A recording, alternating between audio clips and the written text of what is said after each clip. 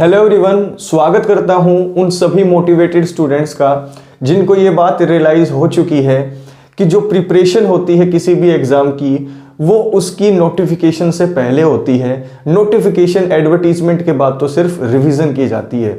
आप लोग उन्हीं लोगों में से हैं क्योंकि DSSS PRT TGT PGT के लिए जब भी वैकेंसीज आएंगी हम अपना पूरा कोर्स खत्म कर चुके होंगे, जो कि आप लोगों के लिए YouTube पर बिल्कुल फ्री है। और आप लोगों के लिए बहुत बड़ा एक सरप्राइज आने वाला है। इसी के रिगार्डिंग ही मैंने ज़्यादा वीडियोस नहीं ली क्योंकि मैं कुछ बड़ा सोच रहा था और कुछ बड़ा कर रहा था। किसके लिए? आपके लिए। यकीन नहीं आता, आज लाइव सेशन में बात करूंगा, आप लोगों का दिल खुश हो जाएगा। तो DSSS के लिए हमने सबसे पहले चूज किया था पेडागोजी। हमने पेडागोजी के और साइकोलॉजी के जो 100 नंबर है पार्ट बी के, उनको पक्का करने की बात की थी। तो उसमें से 70 नंबर की जो पेडागोजी है वो हमने करना स्टार्ट किया। उसमें हम पहुंच चुके हैं 10वें चैप्टर पर। 9वां चैप्टर बड़ा था, उसके 3 पार्ट थे। 10वां चैप्टर इसी के अंदर फिनिश हो जाएगा क्योंकि बहुत इंटरेस्टिंग है। प्रश्नों के विभिन्न कौशल, यानी कि skills of a teacher about questions या questioning skills of a teacher. कोई भी टीचर है वो प्रश्न जरूर पूछता है, क्वेश्चन जरूर पूछता है। आप जब छोटे थे, आप जब बड़े हुए, आपका पाला अनेक टीचर से पढ़ा होगा। कुछ ऐसे टीचर होंगे जो अवॉइड करते हैं क्वेश्चन पूछना और सुनना, लेकिन जो अच्छे टीचर होंगे वो आपसे क्वेश्चन पूछते हैं। और एक चीज आपने नोटिस की होगी कि अलग अलग तरीके के क्वेश्चन पूछते हैं। तो एक टीचर जब सेलेक्ट होकर जाता है, खास करके प्राइमरी स्कूल में, तो बच्चा होता है छोटा। उस टाइम पर एक टीचर को पता होना चाहिए कि मुझे किस टाइम पर कैसा क्वेश्चन पूछना चाहिए। आप लोगों को ये तो पता होगा कि अलग अलग प्रकार के क्वेश्चन क्या होते हैं, हॉट्स क्या होते हैं, प्रॉब्लम सॉल्विंग क्या होते हैं, डेवलपिंग क्वेश्चंस क्या होते हैं, डाइवर्जेंट कन्वर्जेंट क्वेश्चंस क्या होते हैं। ये सब के सब क्वेश्चंस के प्रकार तो पता होंगे, लेकिन टीचर इनका प्रयोग कब करेगा और ये क्यों इंपॉर्टेंट है। एक टीचर के अंदर ये सारे स्किल्स होने चाहिए क्वेश्चंस के रिगार्डिंग। क्यों? चलिए बात करते हैं। देखिए, शिक्षण में कई प्रकार के क्वेश्चन होते हैं जो कि शिक्षक को पूछने आने चाहिए, यानी कि there are many types of questions and a teacher should be able to use them according to the situation and according to the child. कि बच्चा कैसा है, परिस्थिति कैसी है, उस हिसाब से टीचर को कई प्रश्न पूछने आने चाहिए। जो सबसे पहला प्रकार है दोस्त, वो है होट्स का। होट्स का मतलब है higher order thinking skill order, उच्च स्तरीय चिंतन प्रश्न। इसके नाम से ही समझो, उच्च स्तरीय यानी कि बच्चे का जो करंट लेवल होगा, ये क्वेश्चन होंगे उसके करंट लेवल से थोड़ा ऊपर बढ़ के। यानी कि बच्चा तीसरी क्लास में है तो ये क्वेश्चन लगभग चौथी पांचवी के होंगे। अगर बच्चा चौथी में है तो ये 5वीं के होंगे। समझ में आई बात? यानी कि बच्चे के लेवल से ऊपर के प्रश्न। ये होते क्यों हैं? ये इसलिए होते हैं क्योंकि आपने देखा होगा कि एक क्लासरूम के अंदर इंडिविजुअल डिफरेंसेस होंगे और इंडिविजुअल डिफरेंसेस का एक बेस होता है IQ। अलग अलग IQ वाले बच्चे आपकी क्लास में मिलेंगे। तो अलग अलग IQ वाले बच्चे जब आपको अपनी क्लास में मिलेंगे तो उनकी नीड्स को सेटिस्फाई करने के लिए, उनकी क्यूरियोसिटी को शांत करने के लिए क्या करना होगा? अलग अलग तरीके के प्रश्नों का प्रयोग करना होगा। तो ये पूछे जाते हैं तब जब बच्चे अपने से उच्च स्तर की सोच के ऊपर काम करते हैं। इन प्रश्नों के अंतर्गत वे प्रश्न आते हैं जो कि किसी पाठ में शामिल सूत्र, नियम, सिद्धांत या कंसेप्ट के बारे में कि यह कैसे बना। मान लो एक बच्चों को पाठ पढ़ाया कि भारत की राजधानी दिल्ली है। बच्चे बहुत छोटे थे, लेकिन लास्ट में एक क्वेश्चन डाल दिया कि भारत की राजधानी दिल्ली क्यों है। तो ये उनके लेवल से थोड़ा बड़ा हो गया। या मान लो बच्चों को पाइथागोरस का फॉर्मूला बता दिया गया, ठीक है, h² = p² + b² under root. तो ये आपसे जो ये फॉर्मूला है ये कैसे बना, ये बच्चों के लेवल से थोड़ा ऊपर है। तो ये क्वेश्चंस बच्चों के लेवल से ऊपर होते हैं। ये जो क्वेश्चन होते हैं ये ब्लूम की टैक्सोनॉमी के सबसे ऊपरी लेवल पर होते हैं, मोस्ट डिफिकल्ट। मतलब क्या है मेरा कहने का? देखो समझो, ब्लूम की टैक्सोनॉमी आपने देखी होगी ना। देखो, हाँ, ब्लूम की टैक्सोनॉमी आपने देखी होगी। वे अलग अलग स्तर होते हैं। लास्ट में होता है एनालिसिस। लास्ट में क्या होता है? एनालिसिस। तो ये जो लास्ट वाली जो स्टेज होती है ब्लूम के हिसाब से, एनालिसिस, बच्चा इसको करता है। ये ब्लूम का पूरा कंसेप्ट मैं आपको समझाऊंगा, जो मेरे पुराने चेले हैं उनको तो पता होगा ये, लेकिन नए वालों टेंशन मत लो, आपको पूरी चीज समझाऊंगा, भूलोगे नहीं कभी। और जो सीटेट की तैयारी बार बार कर रहे हैं, D++ की करो, सीटेट के अंदर 120-25 नंबर आपके वैसे ही आ जाएंगे, बीच में जब आए एग्जाम फिल कर देना, कोई दिक्कत नहीं है, डंके की चोट पे कहता हूं, चाहे आपने सीटेट कर रखा हो चाहे नहीं। खोजपूर्ण प्रश्नों का कौशल, प्रॉब्लम सॉल्विंग क्वेश्चन। अब ये भी बहुत इंपॉर्टेंट क्वेश्चन है, प्रॉब्लम सॉल्विंग क्वेश्चंस। अब इसके नाम से ही पता चल रहा है कि इन प्रश्नों का मेन एम क्या होगा, कि इन प्रश्नों का मेन एम होगा कि बच्चे जो है इसमें खुद खोजें इसका आंसर। तो एक टीचर को ऐसे क्वेश्चन भी पूछने आने चाहिए जिससे बच्चे खुद खोजे, मतलब बालक जबान और दिमाग से आंसर इसके अंदर खुद खोजे। यानी कि एक टीचर है, उसने ऐसा प्रश्न पूछना है टीचर ने कि उसका आंसर बच्चे खुद दें, खुद बोल कर दे, खुद के दिमाग से दे। आंसर अगर मान लो ना दे पाए तो तुरंत उसको बैठाना नहीं है। याद रखना, जो खोजपूर्ण प्रश्न होते हैं उनके कौशल किस तरीके से डेवलप होगा कि बालक जबान और दिमाग से आंसर दे, ये मेक श्योर करें आप। ऐसा नहीं कि उसका पड़ोसी उसे बोले, आंसर न दे पाए तो उसे बैठाए नहीं, बल्कि उसी क्वेश्चन को अलग ढंग से पूछें, तोड़ मरोड़ कर दूसरे बच्चों से भी।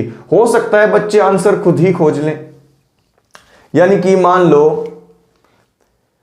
आपने पूछा भारत की राजधानी क्या है, आप मान लो मुंबई में बैठकर बच्चों को पढ़ा रहे हैं, एक बच्चे को खड़ा करके पूछा, वो भूल गया, फिर आपने उसे याद दिलाया कि देखो भारत की राजधानी वो है जहां पर लाल किला है, वो बोला सर दिल्ली। तो आपने उस क्वेश्चन को अलग ढंग से पूछा, तोड़ मरोड़ के। ये आपके अंदर स्किल होना चाहिए कि बच्चे की एग्जिस्टिंग नॉलेज कितनी है और उसके हिसाब से बच्चे को खुद आंसर तक पहुंचाना। तो ये स्किल आपके अंदर होना चाहिए, प्रॉब्लम सॉल्विंग क्वेश्चन पूछने का। बालक जबान और दिमाग से आंसर खोजता है, आंसर अगर ना दे तो उसे तुरंत बैठाना नहीं है कि बैठ जाए, ऐसा नहीं करना, बल्कि उसी क्वेश्चन को अलग अलग ढंग से पूछो, उससे भी पूछो, उसके साथियों से भी पूछो। हो सकता है बच्चे खुद ही आंसर खोज लें, और ज्यादातर उससे ही पूछो, वो खुद ही आंसर खोज लेगा। बच्चे के अंदर इतना टैलेंट होता है, आप उससे आंसर निकलवाएं, ये होगा। तीसरा है विकासात्मक प्रश्नों का कौशल, स्किल ऑफ डेवलपिंग क्वेश्चन। अब देखिए, ये भी बहुत इंपॉर्टेंट क्वेश्चंस की एक श्रृंखला होती है। देखिए, बच्चों को प्रश्न देकर आंसर निकलवाना होता है। कोई न्यू कंसेप्ट पढ़ाने से पहले बच्चों से उसके बारे में प्रश्नों से उत्तर लो उनके। यानी कि क्या होता है कि मान लो आपने एक चीज देखी होगी, अरे ये मेरे पैर के नीचे दब रहा है यार, ये बार बार, एक सेकंड रुक जाओ यार। आपने एक चीज देखी होगी कि कोई भी लेसन होता है, उसके यूनिट्स होते हैं। चैप्टर 5 का 5.1 में उसकी प्रस्तावना, 5.2 में मान लो दिल्ली के बारे में पढ़ाना हो तो दिल्ली का इतिहास 5.1 उस चैप्टर में, 5.2 दिल्ली के स्मारक, 5.3 दिल्ली की अर्थव्यवस्था। तो इस तरीके से चैप्टर को बांट देते हैं। तो जब भी कोई नया पॉइंटर आएगा चैप्टर के अंदर, मान लो आप पढ़ाने गए कोई भी बड़ा चैप्टर या कोई भी टॉपिक पढ़ाने गए, उसके सब टॉपिक भी होते हैं। जैसे कि ये पूरा टॉपिक था प्रश्नों के विभिन्न कौशल, ठीक है। तो इसके अंदर मैं क्या कर रहा हूं, पार्ट्स के अंदर पढ़ा रहा हूं। मान लो अगर मैं ऐसे बच्चों को आपको ये पार्ट्स के अंदर पढ़ा रहा हूं और आप मेरे सामने होते और मैं पूछता कि बताओ विकासात्मक प्रश्नों से क्या समझे भाई तुम, बोलो इस शब्द से क्या समझे तुम, बताओ। यानी कि मैंने कोई भी टॉपिक या सब टॉपिक शुरू करने से पहले खुद ही आपके पूर्व ज्ञान यानी कि प्रीवियस नॉलेज ज्ञान करने के लिए, या जितनी चीजें आप सीख रहे हैं या जितनी चीजें आपने सीखी हैं वो पता लगाने के लिए यूज करते हो। देखो, किसी भी बच्चे को जब भी आप पढ़ाने जाओ या किसी भी क्लासरूम में जब आप पढ़ाने जाओ तो उस टाइम पर यह जरूर चेक कर लेना पड़ता है कि सामने वाले का पूर्व ज्ञान कितना है। मेरे साथ एक ऑकवर्ड सिचुएशन हो गई थी। मैं किसी एक कोचिंग सेंटर में गया, वैसे ही बहुत पहले की बात है, मेरे गुरुजी का था वो। तो मैं गया वैसे ही एक बार, उन्होंने कहा एक बार आके देख ले। मैं गया वहाँ पर, जब मैंने स्टूडेंट के सामने क्लास ली तो मैं उनको काफ़ी डीप पढ़ा रहा था। तो मैंने बाद में लास्ट में चेक किया कि उन्हें बेसिक भी क्लियर नहीं थे, वो बस वैसे ही मुंडी ला रहे थे। ये तब मैं इतना एक्सपीरियंस्ड नहीं था। तो पूर्व ज्ञान पहले पता लगा लेना चाहिए। और ये विकासात्मक प्रश्न जो होते हैं दोस्तों, ये कोई भी पूरा टॉपिक स्टार्ट करने से पहले या टॉपिक के सब टॉपिक स्टार्ट करने से पहले पूछे जाते हैं, ताकि बच्चे से पहले ही उसके बारे में उत्तर ले लो, न्यू कंसेप्ट शुरू करने से पहले। अब देखो एक क्वेश्चन का इसके अंदर मिस हो गया, वो आप लिख ले। छठा प्रकार का वो होते हैं प्रस्तावना प्रश्न। इसको अभी भी इंक्लूड कर लेते हैं। क्या बात हुई, अभी तो बेटी घर के कहते ना, अभी तो बेटी बाप के घर पे ही है, फेरे नहीं हुए हैं, तो अभी तो वीडियो बन ही रही है, खत्म नहीं हुई है, तो इसको भी हम ऐड कर लेते हैं।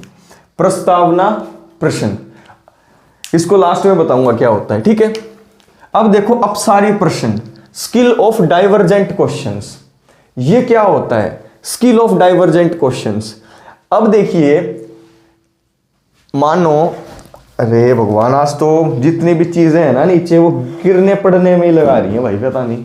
देखो मान लो एक क्वेश्चन आपने दिया, ये देखो अपसारी प्रश्नों का कौशल समझो। 2+2, ये एक क्वेश्चन ये है, और एक क्वेश्चन ये है